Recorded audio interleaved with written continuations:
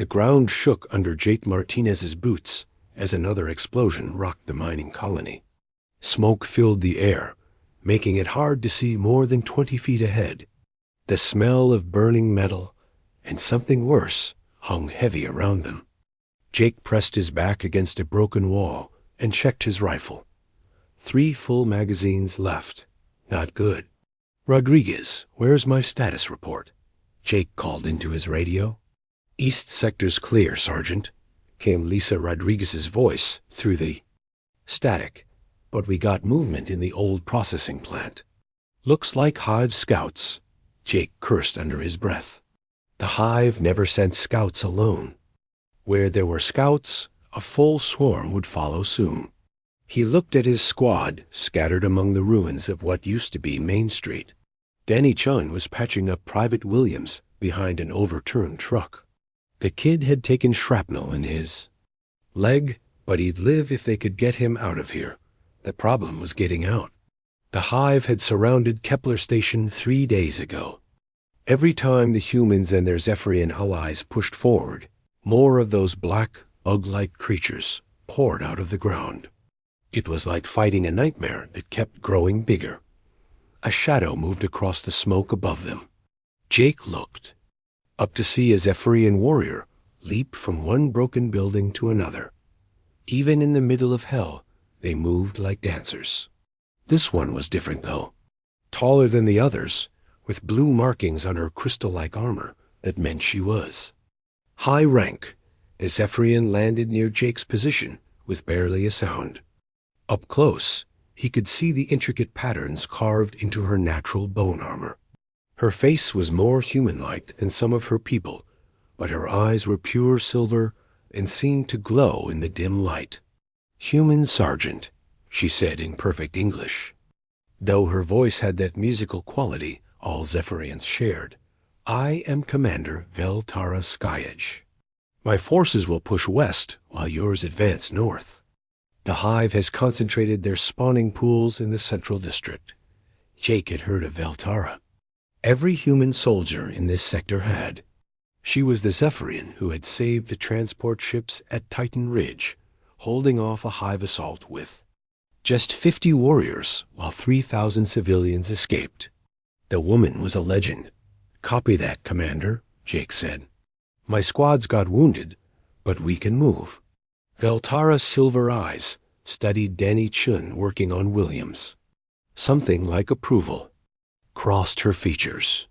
"Your medic shows skill." In Zephyrian culture, healers are as honored as warriors. "Danny's the best," Jake agreed. "He's kept us alive more times than I can count." A new sound cut through the air. A high-pitched whine that made Jake's teeth hurt. Both he and Veltara knew what it meant. Biobomb incoming. "Everyone down." Jake shouted, but Veltara was already moving.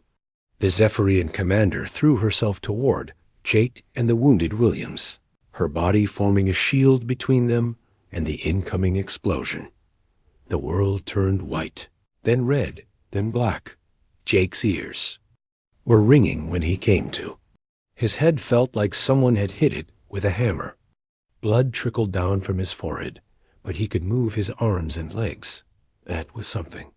He rolled over and immediately saw why he was still alive. Veltara lay a few feet away, her silver eyes staring at the smoky sky. Her legs were gone. Below the knees, bright blue blood, the color of Zephyrian life, pooled beneath her. The biobomb had caught her full force, but her body had taken the worst of it. Jake and Williams were alive because she had used herself as a human shield. "Commander." Jake crawled over to her, his hands shaking as he pressed them against the worst wounds. The Zephyrian's breathing was shallow and fast. "Danny, get over here now." Danny Chun appeared beside him, his medical bag already open. The medic took one look at Veltara's injuries, and his face went pale. "Sergeant, I don't know if I can ... "You can," Jake said firmly. "You will." Veltara's eyes focused on Jake with effort. When she spoke, her voice was weak, but still had that musical quality. "Leave me, human.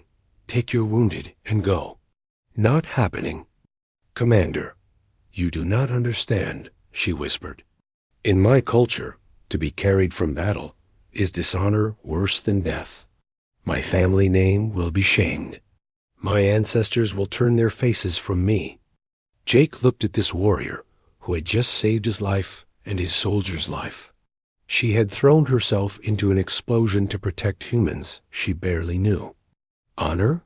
She had more honor in her broken body than most people had in their whole lives. "Your culture can go to hell," he said quietly. "You saved us. Now we save you."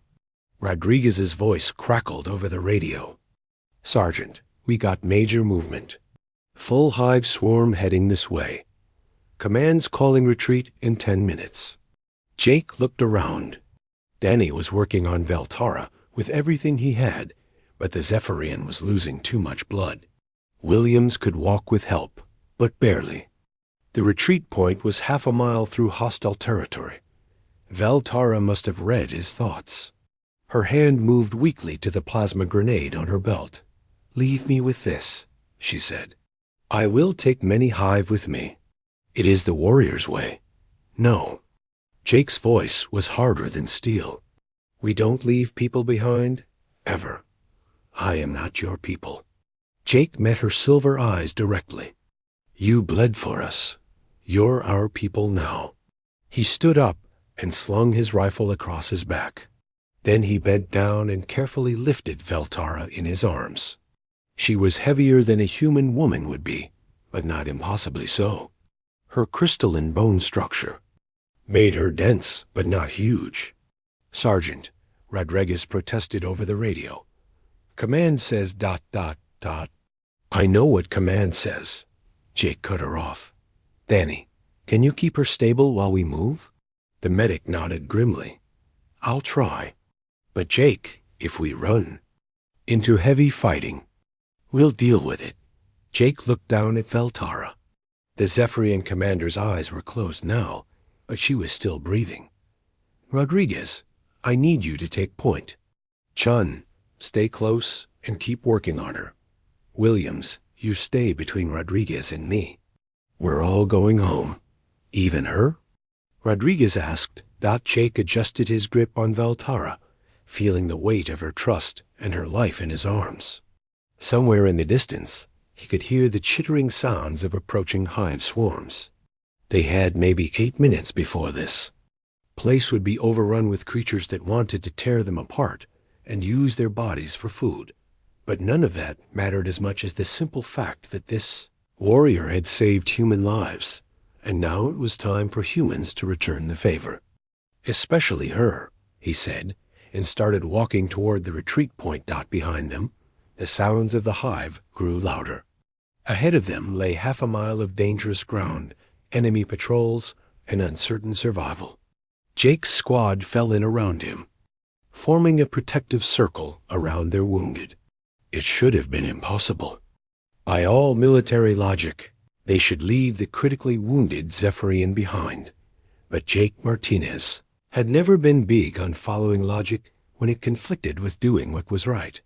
And carrying this warrior to safety felt like the most right thing he had ever done in his life. The battle for Kepler Station was lost. But maybe, just maybe, something more important could still be won. Jake's arms burned as he carried Veltara through the ruins of the colony. The Zephyrian commander had passed out completely now, which was probably a blessing. Her blue blood had soaked through Danny's field bandages and was starting to stain Jake's uniform. Every step sent jolts of pain through his own injured back, but he kept moving. Rodriguez led the way, her rifle ready as she checked each corner before they moved forward.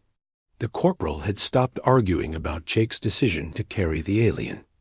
Warrior, but he could see the worry in her eyes every time she looked back at them. They were moving too slow. Way too slow. "Contact left," Rodriguez whispered into her radio. Freezing behind a collapsed wall. Jake crouched down as carefully as he could, trying not to jar Veltara's injuries. Through a gap in the rubble, he could see 3 hive drones picking through. The wreckage of a shop about 50 yards away. The creatures looked like a nightmare mix of insect and machine, their black shells reflecting the orange glow of fires burning throughout the colony. Danny, Chung crawled up beside Jake and checked. Veltara's pulse. The medic's face was grim, her heart rates dropping. We need to get her to real medical facilities soon, or she's not going to make it. How soon? Jake asked quietly. 2 hours, maybe 3 if we're lucky. Jake looked at his watch. They had been moving for 20 minutes and had covered maybe a quarter mile. The extraction point was still over a mile away, and they would have to go underground through the maintenance tunnels to avoid the worst of the hive forces. The drones are moving away, Rodriguez reported. We're clear for now. They started moving again. Williams was doing better now that Danny had given him something for the pain, but he still needed help from Rodriguez. That left Jake carrying Veltara alone, and his strength was starting to fade. The entrance to the underground tunnels was in the old factory district. It took them another 30 minutes to reach it, ducking and hiding from hive patrols twice more. By the time they reached the heavy metal door that led down into the colony's underground, Jake's legs were shaking with exhaustion. Let me carry her for a while, Rodriguez offered. Jake shook his head. She's too heavy for you. I've got her. What he didn't say was that Veltara had started waking up during the last part of their journey. She had not spoken, but her silver eyes had been open, watching him with an expression he could not read. Jake had the feeling that if anyone else tried to carry her, she might do something stupid like demand to be left behind again. The tunnels were dark and full of pipes that dripped water from the colony's damaged systems. Their flashlights created moving shadows that made everything look threatening. The air smelled like oil and rust, and something organic that none of them wanted to think about too hard. They had been walking through the tunnels for about 10 minutes when Veltara finally spoke. Why? Her voice was barely a whisper, but in the quiet of the underground, they all heard it. Why what? Jake asked, though he knew what she meant. Why do this? Your military efficiency is compromised. Your mission success is lowered. I am dying. Anyway, why carry dead weight?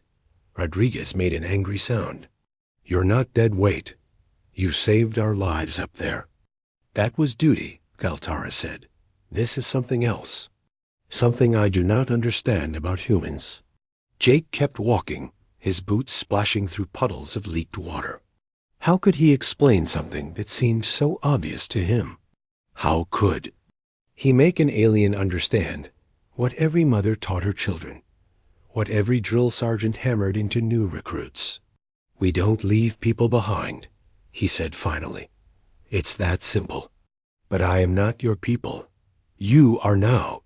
Veltara was quiet for a long moment. When she spoke again, her voice was stronger. In Zephyrian culture, what you are doing is worse than letting me die. You are forcing me to live with shame that will follow my family for generations. My parents will be dishonored. My siblings will never be able to advance in military rank. Children who might have been born with my family name will now never exist because no one will mate with a bloodline tainted by cowardice.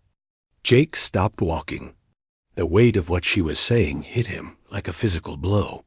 He had thought he was saving her life, but maybe he was destroying everything she cared about. So what do you want me to do? He asked. Put you down and walk. Away? Yes. Can't do it. Why not? Jake thought about all the easy answers. Because she had saved them. Because every life was worth saving. Because it was the right thing to do. But none of those felt complete. Because, he said slowly, where I come from, the measure of a person isn't how they die. It's how they choose to live. You threw yourself on a biobomb to save people you barely knew. That tells me everything I need to know about who you are. The rest is just details. Details that will ruin lives. Maybe, or maybe your people will see what I see. A warrior who is willing to die for others. Someone worth saving. Veltara was quiet again, but Jake could feel her thinking. He started, walking again, following Rodriguez's flashlight beam through the dark tunnels. They had been underground for almost an hour when Danny Chun held up his hand for them to stop. The medic was looking at something on his scanner, and his face was pale. "We've got a problem," he said quietly. "I'm reading multiple life signs ahead. Big ones." Jake set Veltara down carefully against the tunnel wall and moved forward to look at the scanner. The display showed at least 6 large contacts moving through the tunnels about 200 yards ahead of them, right between their current position and the exit they needed to reach. "Hive hunters," Rodriguez whispered. "They must have figured out we went underground." Hive hunters were different from the drones they had been avoiding. Bigger, smarter, and designed specifically for tracking prey through confined spaces. If the creatures had picked up their scent, there would be no hiding from them. "Options?" Jake asked. "We could try to go around," Danny suggested. "Find another route." "That would add at least 2 hours to our journey," Rodriguez pointed out. "And we don't know if the other routes are clear." Jake looked back at Veltara. The Zephyrian commander was sitting up against the wall, her silver eyes alert despite her injuries. She had been listening to their conversation. "There is another way," she said quietly. "I'm listening. My people have weapons built into our armor systems. Emergency devices for when we are overwhelmed." "I still have mine functional." Jake frowned. "What kind of weapons?" "Plasma charges. Very powerful. But ... double quote," she paused. "They must be manually activated, at close range." The implication was clear. Someone would have to get close to the hive hunters and detonate the charges. It would probably be a one-way trip. "No," Jake said immediately. "We're not sacrificing anyone. It is not sacrifice if I choose it freely, and I am already dying. You're not dying on my watch." Veltara looked at him with something that might have been admiration. "You humans are very strange. You value individual life above tactical success. It should make you weak, but somehow it makes you strong instead." "Strong enough to get all of us out of here," Jake said firmly. He looked at his squad. Rodriguez was checking her ammunition. Danny was organizing his medical supplies. Williams was trying to look ready for action, despite his injured leg. They were good soldiers, but they were tired and running low on everything. But they were also human.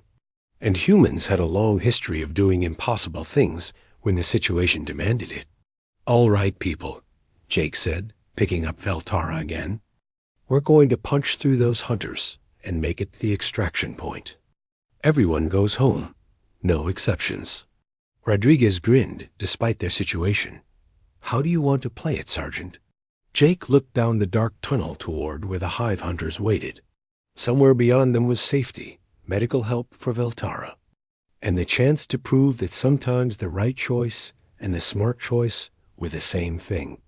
"Fast and loud," he said. "The way humans do everything."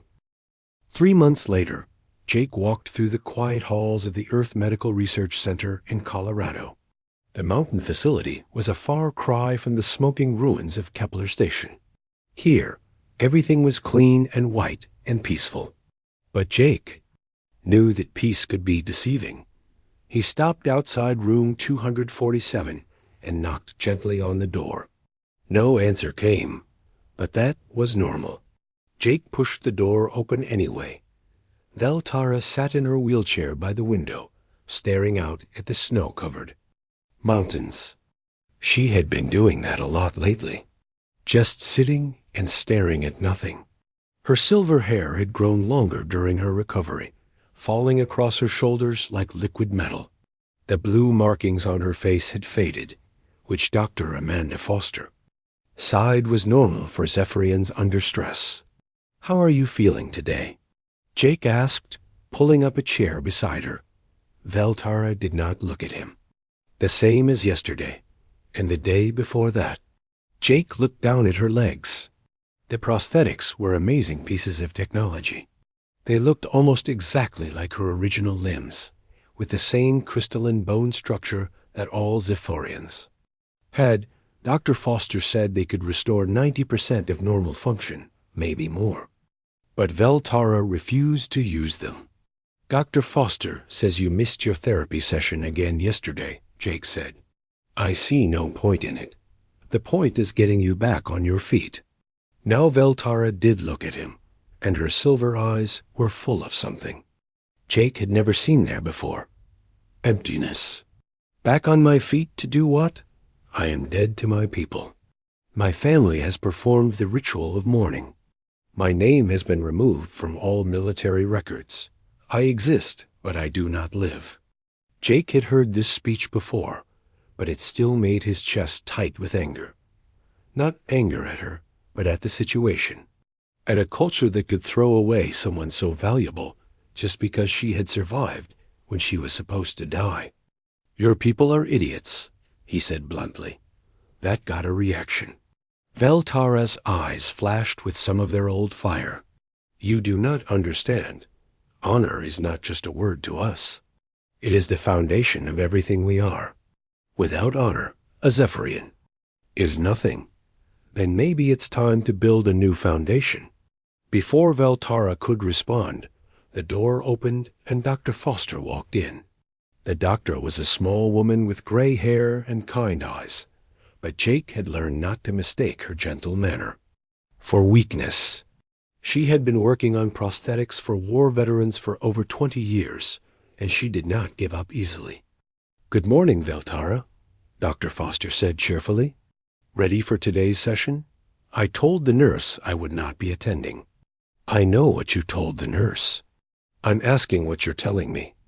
Veltara turned back to the window. "The same thing." "Doctor." Foster sighed and sat down on the edge of the bed. "You know, I've worked with a lot of patients over the years.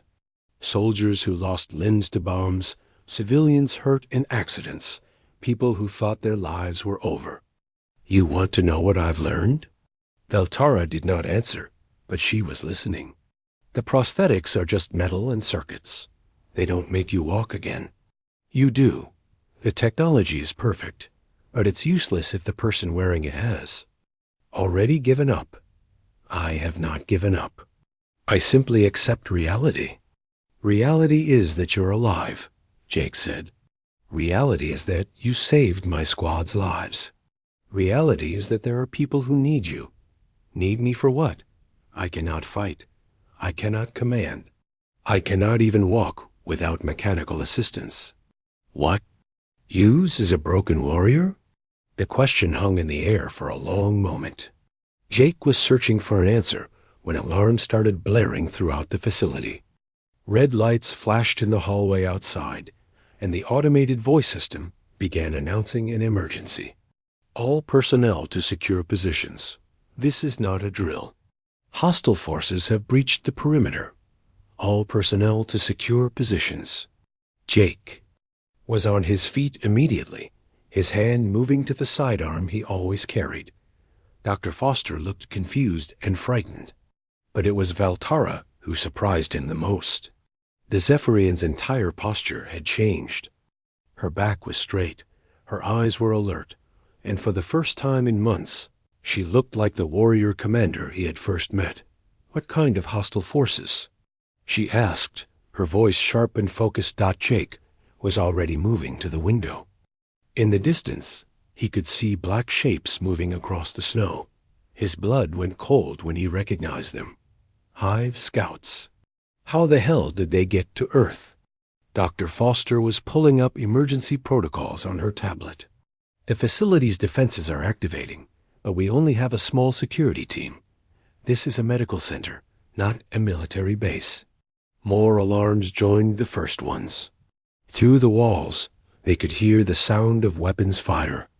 The Hive had found them somehow, and the medical facility was not prepared for this kind of attack. "We need to evacuate," Jake said, moving toward Veltara's wheelchair. "No," her voice was firm. "Help me to the prosthetics." "Veltara, this isn't the time, ... This is exactly the time." She was already pulling herself toward the mechanical legs that sat unused in the corner of the room. "Dr. Foster, how quickly can you attach them?" The doctor looked uncertain. "Well, the connections are designed for quick attachment, but you haven't had any training, ... I am a fast learner." Jake helped lift Veltara onto the medical table while Dr. Foster began the process of attaching the prosthetic limbs. The artificial legs clicked into place with a series of mechanical sounds, and status lights began glowing green along their length.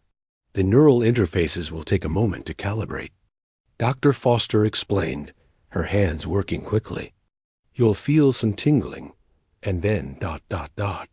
Veltara was already standing up.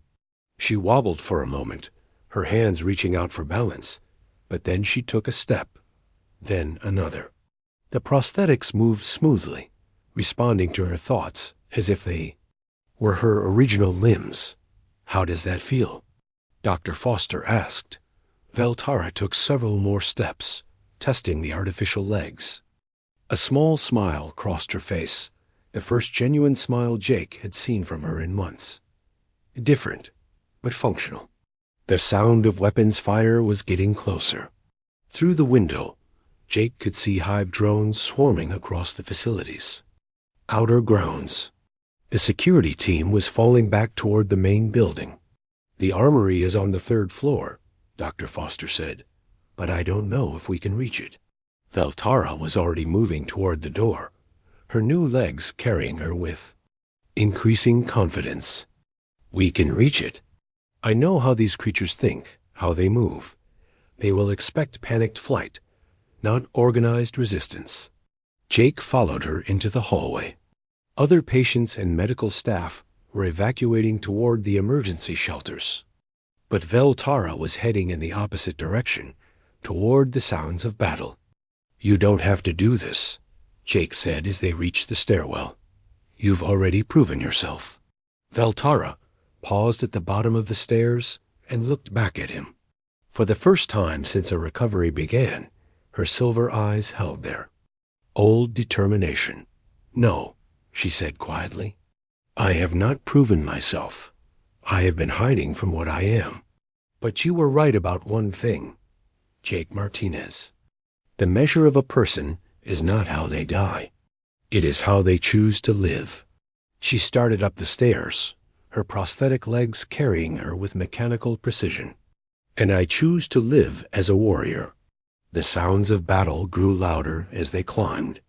Somewhere above them was the armory, weapons, and the chance to make a stand against the hive forces that had somehow tracked them across space to this peaceful mountain facility.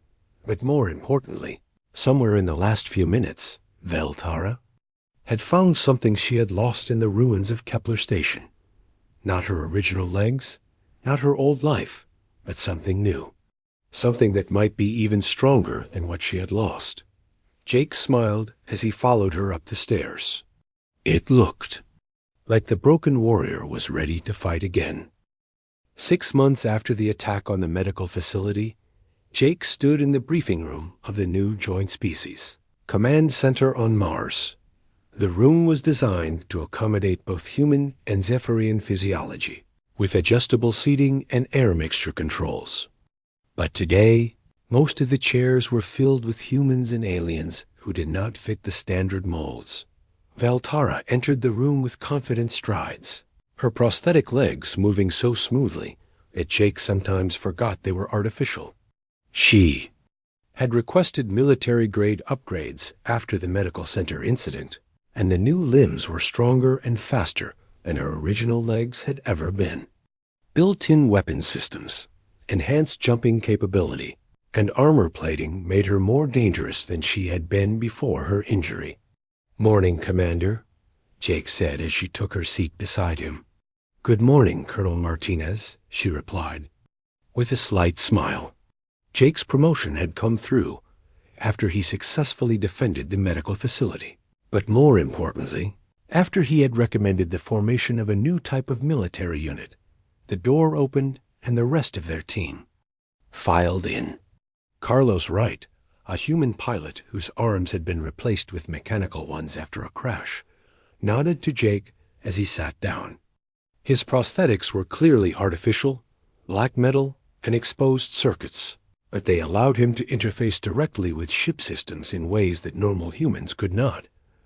Behind Carlos came Kethmer, a Zephyrian warrior who had been exiled from his homeworld for refusing to execute prisoners. His blue markings were crossed with black scars, the traditional symbol of dishonor among his people. But Jake had learned that dishonor in one culture could mean integrity in another. "So what's the mission this time?" Carlos asked, flexing his metal fingers. "Please tell me it's something fun." Jake activated the holographic display in the center of the room. A three-dimensional map appeared, showing a star system about 50 light years from Earth. Red markers indicated hive activity. Intelligence believes the hive has established a major breeding facility on Kepler 442b. Jake began. Long-range scans show massive biostructures and what appears to be a prisoner processing center. Veltara leaned forward, studying the display. Prisoner processing? They're not just killing people anymore, Jake explained grimly. They're taking prisoners from both human and Zephyrian colonies. We don't know why, but we know where they're being held. Kethner made a sound of disgust. The hive does nothing without purpose. If they are keeping prisoners alive, they have a use for them. Which is why we need to get them out, Jake said. Standard rescue operations won't work. The facility is too heavily defended, and it's located in the middle of hive-controlled space. But a small team, using unconventional tactics, could slip in and cause enough chaos to free the prisoners, Veltara finished. I like it, Carlos grinned, his mechanical fingers drumming on the table. Sounds like my kind of party. When do we leave? 48 hours, Jake replied. But there's something else you need to know. This isn't just a rescue mission. Intelligence wants us to gather information about what the hive is doing with these prisoners. If we can understand their purpose, we might be able to prevent future attacks. The room fell silent as the implications sank in. They were not just going in to save lives. They were going into the heart of hive territory to uncover secrets that could change the entire war. Any questions? Jake asked. Veltara raised her hand. What is the expected survival rate for this mission? Jake hesitated. The honest answer was not encouraging. Command estimates 30%. Acceptable, Veltara said immediately. Kethmer nodded agreement. Better odds than I had when I was exiled. Carlos just shrugged. Hey, I've beaten worse odds. Remember that time on Titan when my ship's engines failed and I had to manual pilot through an asteroid field with a broken arm? Both your arms were broken, Jake pointed out. Details. Despite the grim nature of their mission, Jake found himself smiling.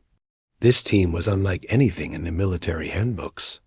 They were soldiers who had been broken by war and rebuilt themselves into something new. Traditional commanders would call them damaged goods, unsuitable for standard operations. But Jake had learned that sometimes the most unconventional solutions came from unconventional people. 2 days later, they were aboard the stealth ship Silent Runner, approaching the hive facility. The planet below them was a nightmare landscape of black biostructures that looked like a cross between buildings and living organisms.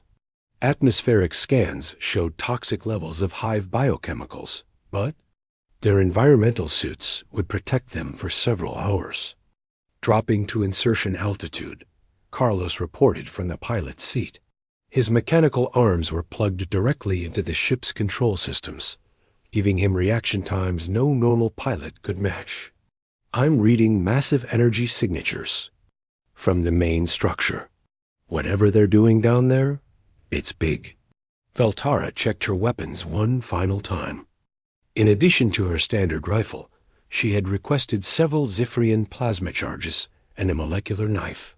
Her prosthetic legs had their own built-in weapon systems, making her a walking arsenal. "Remember the plan," Jake said as they prepared. "To drop, we go in quiet, locate the prisoners, gather intelligence, and get out. No heroics." Kethmer looked at him with amusement. "Colonel, we are a team of exiles and cripples about to assault the most heavily defended hive facility in known space. This entire mission is heroics." The insertion went smoothly. They landed in a valley about 2 miles from the main facility and began their approach on foot. The landscape was alien and disturbing, with black organic growths covering everything. Like a cancer, the air recyclers in their suits worked overtime to filter out the toxic atmosphere. "Movement ahead," Veltara reported, her enhanced vision picking up shapes in the distance. Hive patrols, but they seemed to be following predictable patterns. They observed the patrol routes for an hour, mapping the gaps in coverage. Veltara's tactical analysis proved invaluable.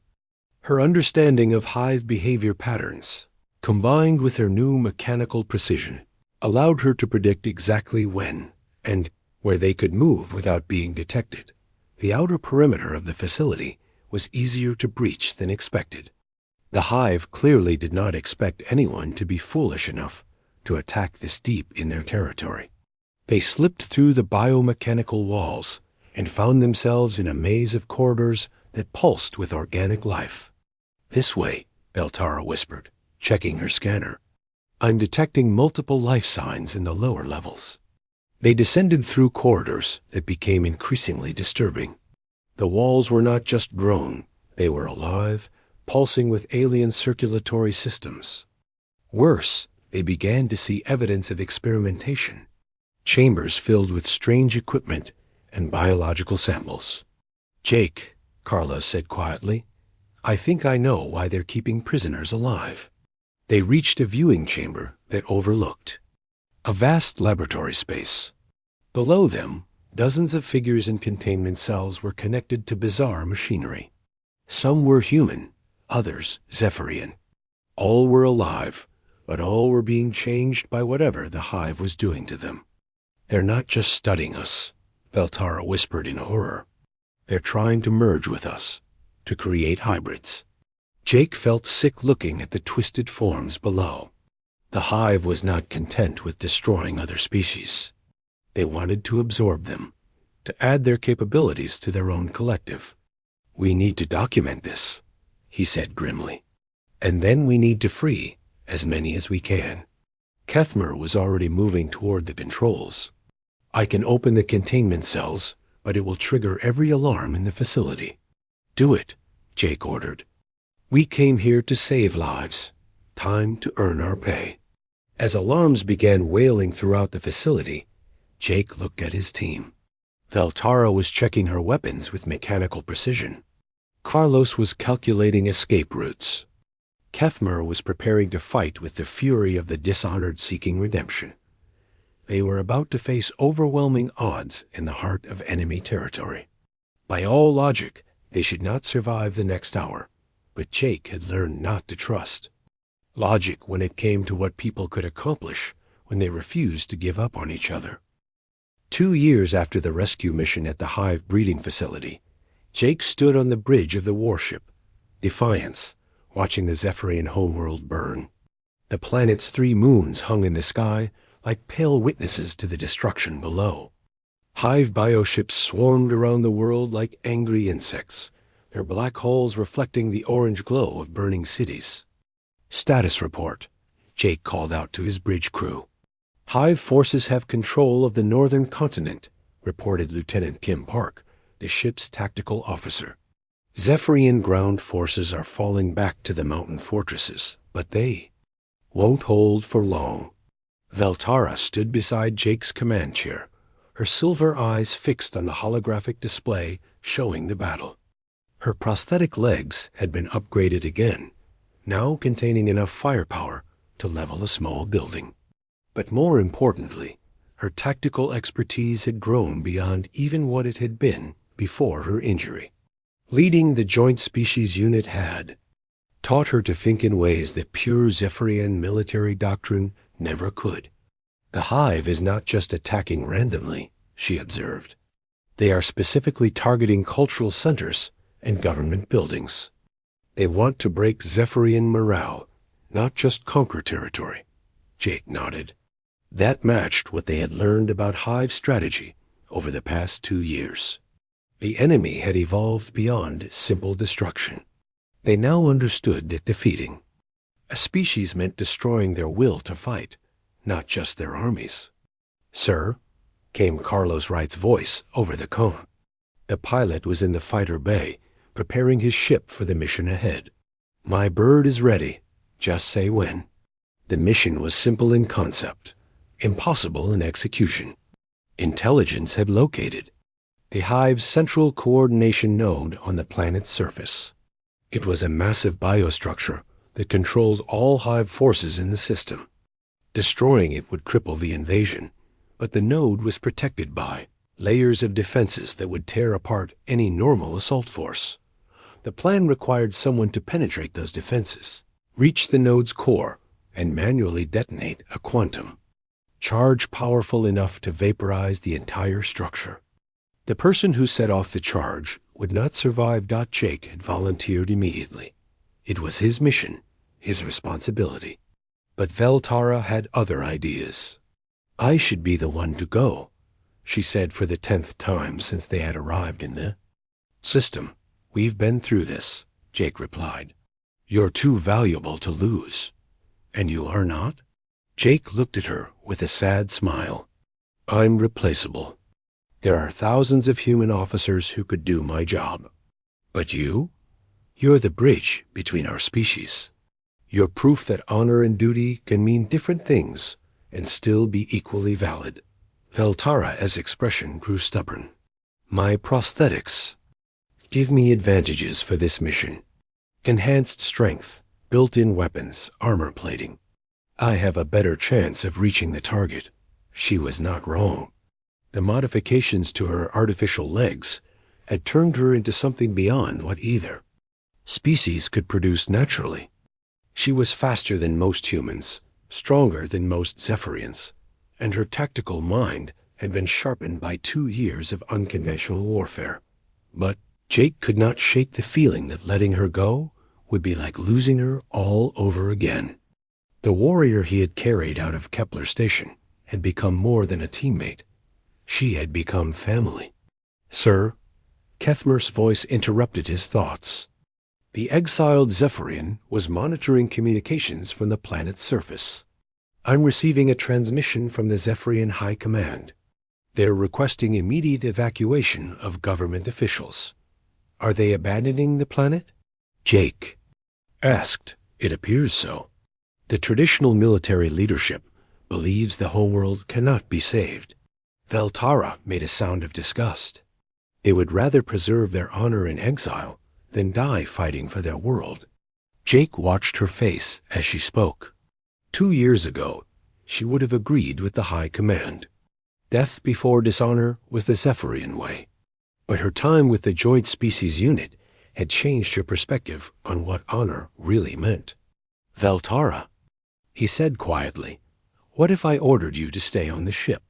She looked at him with those silver eyes that had seen so much pain and found new purpose. "Then I would disobey that order. And you would let me, because you know I am right." Jake sighed. She was right, and they both knew it.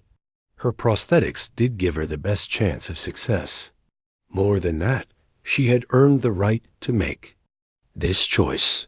She was no longer the broken warrior he had carried through the ruins of a colony. She was something new, something stronger. "All right," he said finally. "But we do this my way. Full support, maximum chaos to cover your approach. And you stay in radio contact every step of the way." Veltara smiled, and for a moment she looked like the confident commander he had first met on Kepler Station. "Understood, Colonel." The assault began an hour later. Carlos led a squadron of fighters in a diversionary attack on the Hive's orbital defenses, while the Defiance bombarded the planet's surface with everything they had. The goal was to draw attention away from Valtara's insertion point and give her a clear path to the coordination. Jake watched from the bridge as Valtara drop pod streaked through the atmosphere like a falling star. Her biosigns remained steady as she landed in the middle of what had once been the Zephyrian capital city. Now it was a landscape of twisted biostructures and prowling hive creatures. "I'm on the ground," her voice crackled through the radio. "Beginning approach to primary target." The coordination node was a massive tower of living tissue and metal that pulsed with alien energy. It rose from the center of the city like a cancer, connected to smaller structures by networks of organic cables. Hive defenders swarmed around its base, like antibodies protecting an infection. "Heavy resistance at the perimeter," Valtara reported. "Engaging." Jake watched her biosigns spike as she entered combat. Her prosthetic legs contained enough firepower to take on a small army, and she had learned to use them with deadly precision. Plasma charges launched from hidden compartments, while she moved with mechanical grace that no natural warrior could. "Match. Perimeter breached," she announced. Moving to secondary defenses. The mission continued for what felt like hours, but was probably only minutes. Valtara fought her way through layer after layer of hive defenses, her artificial limbs giving her advantages that her original legs never could have provided. She could leap distances that would be impossible for a normal Zephyrian, absorb impacts that would shatter natural bone, and keep fighting with injuries that would cripple any organic warrior. "I've reached the core chamber," she finally reported. "Beginning placement of the quantum charge." Jake gripped his command chair. This was the moment that would determine the fate of the Zephyrian homeworld. "How long do you need?" 5 minutes to properly calibrate the device. The blast radius will be significant. That was the problem. The quantum charge needed time to properly sync with the node's energy signature, but the blast would vaporize everything within a 2-mile radius. There would be no time for Valtara to escape. "Valtara," Jake said carefully, "your prosthetics have emergency teleportation systems. Dr. Foster installed them after the medical center incident." "I know. But the quantum interference from the charge will disrupt the teleporter. I cannot activate both systems." Jake felt his heart sink. She had known from the beginning that this would be a one-way mission. But she had also known something else. "Jake," her voice was calm and peaceful over the radio. "2 years ago, you told me that the measure of a person is not how they die, but how they choose to live. Today, I choose to live as a warrior who saves worlds. You've already saved more worlds than anyone could ask. No, I have been preparing for this moment. Learning, growing, becoming something new.